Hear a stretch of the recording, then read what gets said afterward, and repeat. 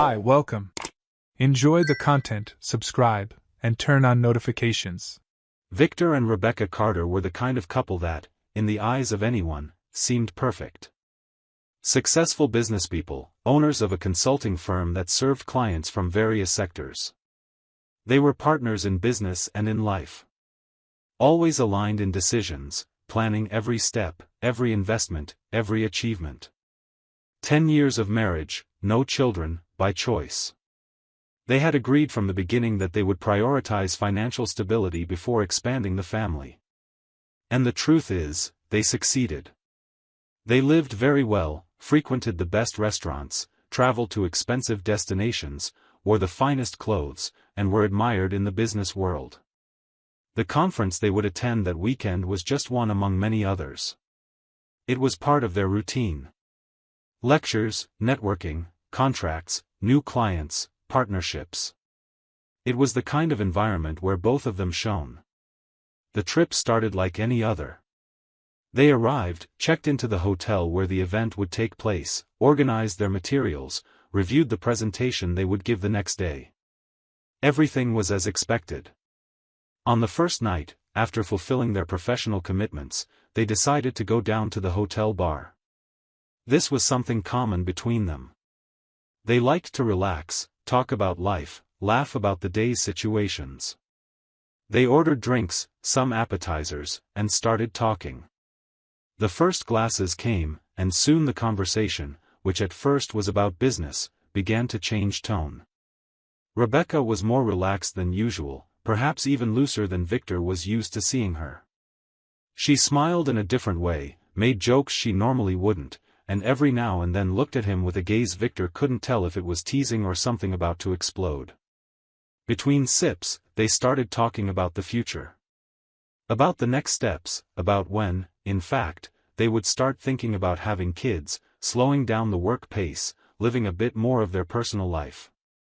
Victor, as always, reinforced that he was feeling more secure, that soon they could, indeed, take that step.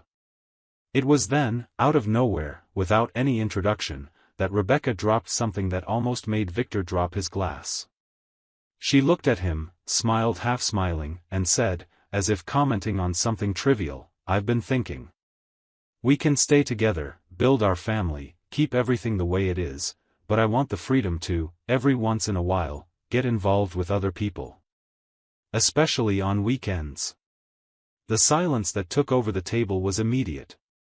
Victor froze. He locked up.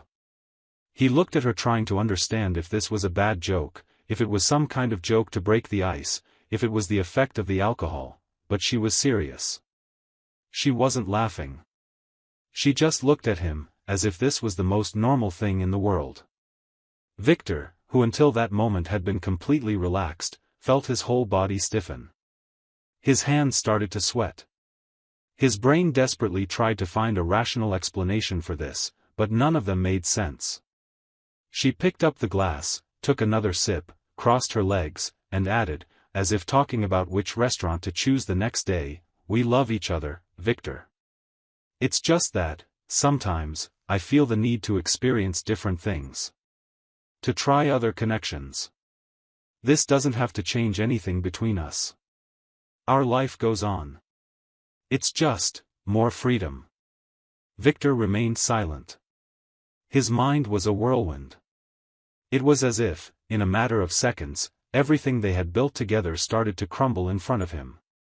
He tried to smile, but the smile came out crooked, lifeless, completely disconnected from what he was feeling.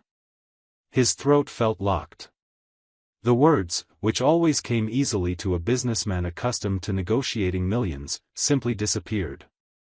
As he tried to process that absurdity, Rebecca remained calm, as if she were merely stating a legitimate need, something that, in her mind, shouldn't be cause for scandal. And perhaps that was what scared him the most. The coldness. The naturalness with which she spoke about it. He expected anything from her, except that.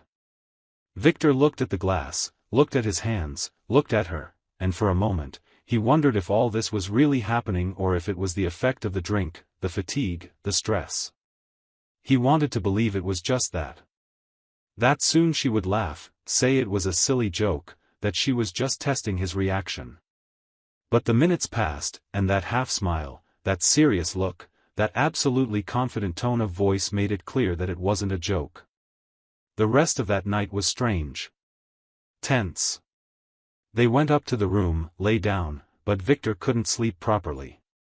He tossed and turned, staring at the ceiling, trying to understand at what point the woman he chose to spend his life with started to desire a parallel life.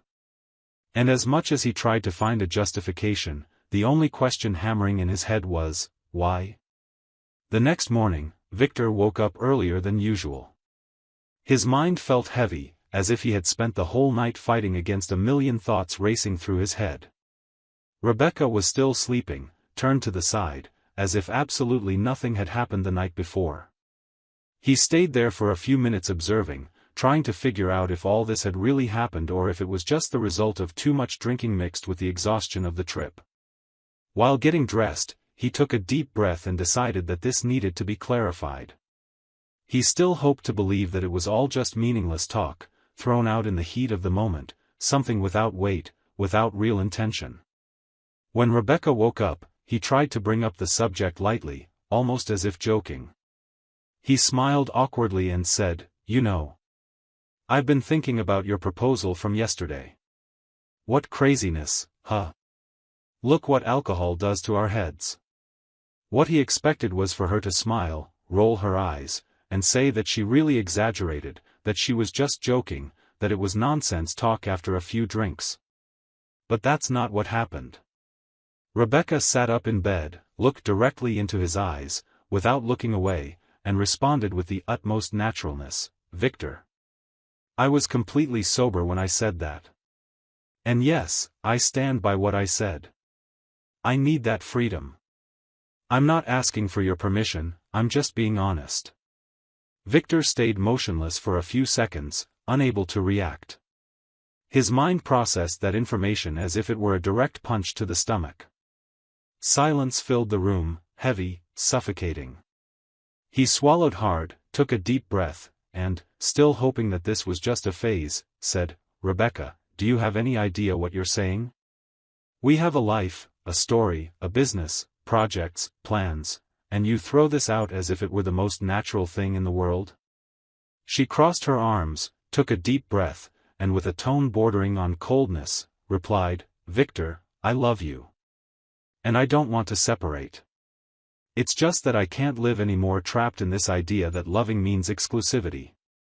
I want to be able to allow myself to experience other things, other connections. This doesn't change what I feel for you, nor everything we've built." He held his face with both hands, ran his fingers through his hair, feeling his entire body vibrating between anger, frustration, and disbelief. He wanted to scream, to ask if she had gone crazy, but he held back because part of him still refused to believe that this was, in fact, happening. Rebecca got up, started getting ready as if that conversation were just one of many. She acted with an alarming calmness. Victor felt like someone who fell into a nightmare from which he simply couldn't wake up.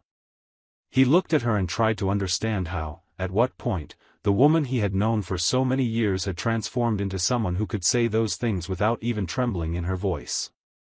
The conference was coming to an end. After the last lectures, the participants gathered for the closing cocktail. A relaxed environment, where entrepreneurs talked, exchanged business cards, and toasted future partnerships. Victor was visibly shaken, trying to pretend normalcy. He kept conversations short, greeted people, but his mind was distant, lost in what had happened hours before. Rebecca, on the other hand, seemed like a different person. Uninhibited, talkative, smiling, as if she had lifted a weight off her shoulders. During the cocktail, she moved away from him, went to talk to some acquaintances, walked from table to table, circulating. Victor, from a distance, observed everything, just following her movements, without much interest, without much patience. At one point, she returned to him with a glass in hand, laughing, and before he could say anything, she dropped a sentence that made his stomach freeze. "I think now it doesn't matter if I tell you. After all, since I've already said everything I feel, there's no point in hiding. I'm already seeing someone. I met them at the gym a few months ago. The ground simply disappeared beneath Victor's feet. His blood rushed, his face got hot, his hands trembled. A mix of shock, anger, and disbelief took over him. You're kidding with me, right? Tell me it's a lie. Tell me you're just trying to provoke me, that this is just to test me, he said, his voice almost failing. Rebecca held his gaze firmly. Victor, this has nothing to do with you. I care about you, I love our life together, but I also want to live other things. And I have. And I want to keep living. By this point, any trace of control he had simply evaporated. There was no scene, no public argument, no need for it. Just a look. A look that said everything. He stared at her as if looking at a stranger on the street. Without words. Without strength. Without exchanging another word, he turned around, left the glass on the table, and walked away from the cocktail. Rebecca didn't even try to stop him. She just stood there, watching, as if she knew exactly what she had done but didn't regret it. They left the event in absolute silence. Each walking side by side, but as distant as two complete strangers. They got into the car, and during the entire ride back, no words were spoken. Only the sound of the engine filled that deafening void. As soon as they got home, Victor opened the door, let Rebecca in, and without even exchanging glances, walked straight to the office. There was no room for discussion, explanations, or any kind of justification.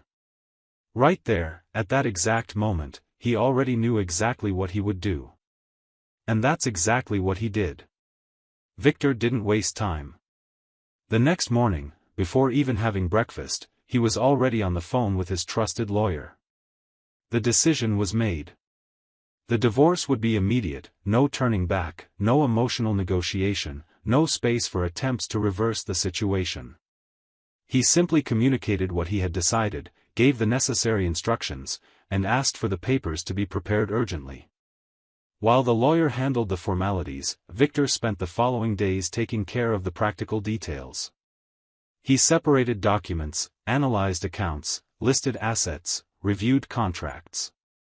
Everything needed to be perfectly aligned.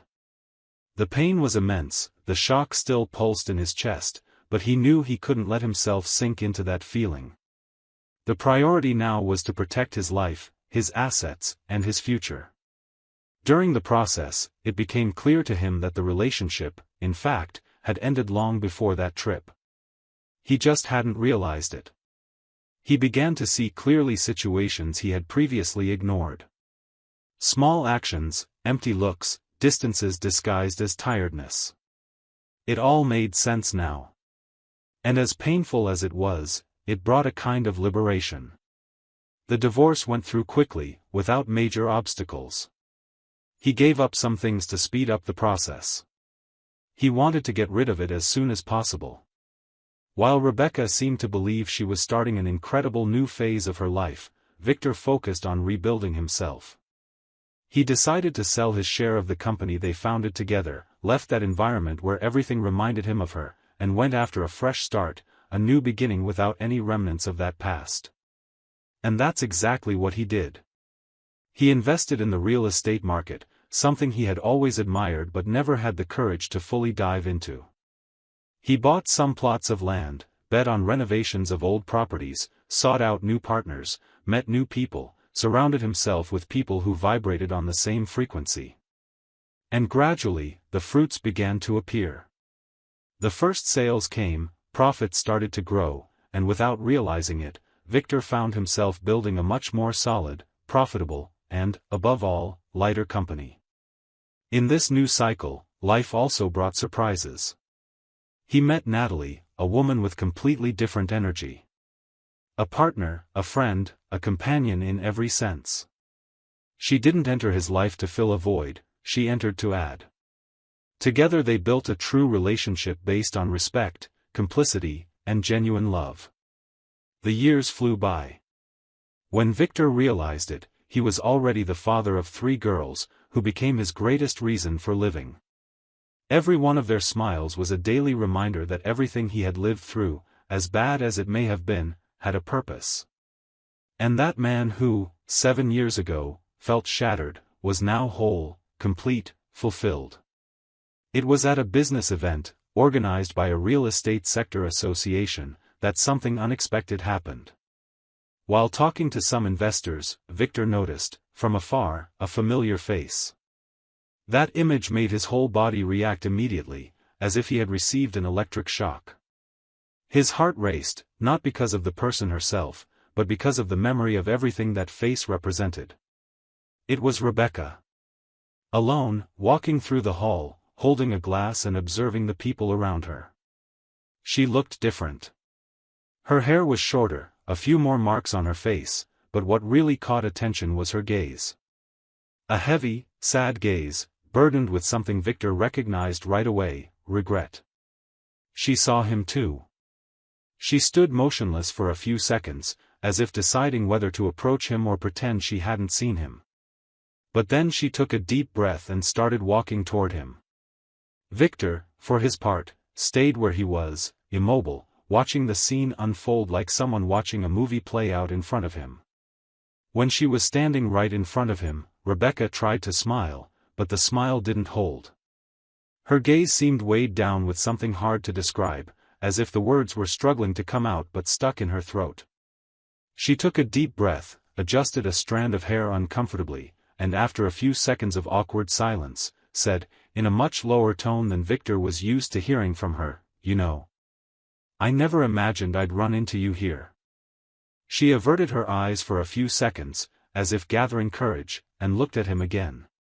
"You're doing well. I can see it. You're really doing well."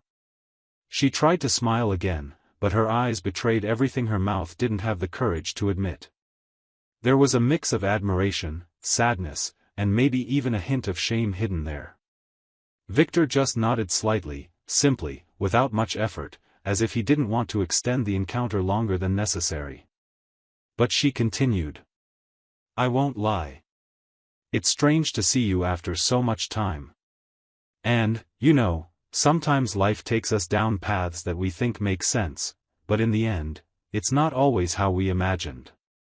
She squeezed her own fingers, looked at the floor, took a deep breath, and added, with a much more sincere tone, almost broken, "Victor, I made a mistake. I thought I had everything under control, that I knew exactly what I was doing, that kind of freedom would make me happy. And, it didn't quite turn out that way." She stayed silent for a few seconds, seemingly choosing her words carefully. "I'm not here to ask you for anything, nor to justify anything. I just thought, maybe it would be fair for you to know, that not everything turned out the way I imagined." Rebecca blinked several times, trying to hold back the tears that insisted on forming. "Life taught me, the hard way." Victor kept his gaze fixed on her. And in that moment, he realized that it no longer hurt him, didn't wound him, didn't bring any kind of pain. It was just, the past. He simply responded, with all the serenity of someone who had closed that chapter a long time ago, "I sincerely hope you found what you were looking for. And if you haven't found it yet, I hope you do." She took a deep breath, lightly shook her head, as if understanding what he meant, and took 2 steps back, giving a sad smile. Victor just nodded, turned around, and went on his way, without looking back. Because those who keep looking back, rarely see what's ahead. As Victor walked away from her at that event, Rebecca stood there, motionless, watching him disappear among the crowd, and her mind immediately began to revisit the last 7 years of her own life, as if her memory decided to throw everything she had tried to pretend didn't hurt right in her face. After the divorce, Rebecca moved forward just as she always believed she would. She was an intelligent woman, extremely competent and determined. Her career soared even higher. She opened her own consulting firm, expanded her business, closed multi-million-dollar deals, grew, traveled, achieved everything she wanted. And if anyone looked from the outside, they would say she was the picture of success. She threw herself into that lifestyle she believed was missing to be truly happy. The freedom to do whatever she wanted, to not answer to anyone, to live intensely, without being tied to commitments, without demands, without emotional responsibilities. She met a lot of people, many partners, many different experiences. And at first, it seemed incredible. That feeling of being in control of her own life, of being desired, of being sought after, of being absolutely in charge. In the first few years, everything made sense. There were trips, parties, dinners, short-term relationships, casual encounters, people coming and going in and out of her life as if it were an endless cycle. She laughed, toasted, had fun. She felt free, powerful, invincible. Her bank account only grew, her assets multiplied, invitations came from everywhere. She was the center of attention wherever she went. But slowly, what seemed exciting began to lose its shine. Conversations became superficial, meetings felt empty, and the connections, if you could call them that, were just momentary exchanges, where no one really cared about anyone else. And that's when Rebecca began to notice a pattern. People weren't approaching her, they were approaching what she represented. The money, the benefits, the access, the status. At first, she pretended she didn't care. She told herself that was just how it was, that it was the price of freedom, that love, connection, those things were outdated romantic illusions. But as the years passed, that sense of control started to give way to a void that seemed to grow every day. She woke up in silk sheets but with a loneliness that seemed to scream inside her. She had cars, properties, trips, but none of these things filled what, deep down, she avoided facing. And that void became even crueler the day she, by accident, while scrolling through social media, came across a photo of Victor. He was with a woman, smiling. In his arms, a little girl. In the caption, something simple, but that hurt more than any punch, my reason for living. She clicked on the profile. More photos. Victor playing with 3 daughters, birthdays, family trips, simple outings, sincere smiles. And each image seemed to scream in her mind a question she had avoided asking until then: what have I done? She spent hours staring at those pictures, scrolling through the feed, reading the captions, observing every detail, every expression. And for the first time, she felt a regret so deep it seemed to suffocate her.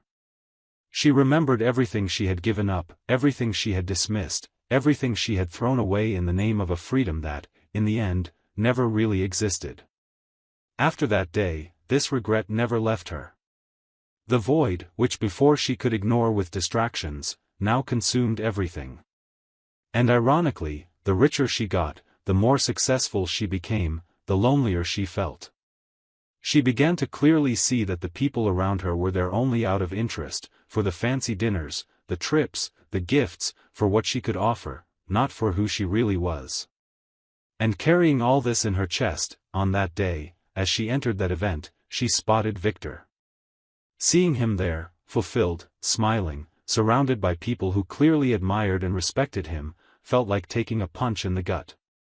A mix of nostalgia, sadness, regret, and a cruel realization: he moved on, and built exactly the life that, one day, I threw away. And even knowing there was no way to turn back time, she needed at least the chance to say that today she understands. And that was exactly what gave her the courage to walk up to him, and start that conversation that, in truth, she had rehearsed in her mind for years but never imagined she would ever have the chance to have. Thank you for watching the video. If you enjoyed it, don't forget to subscribe to the channel and turn on notifications so you won't miss any updates. See you next time.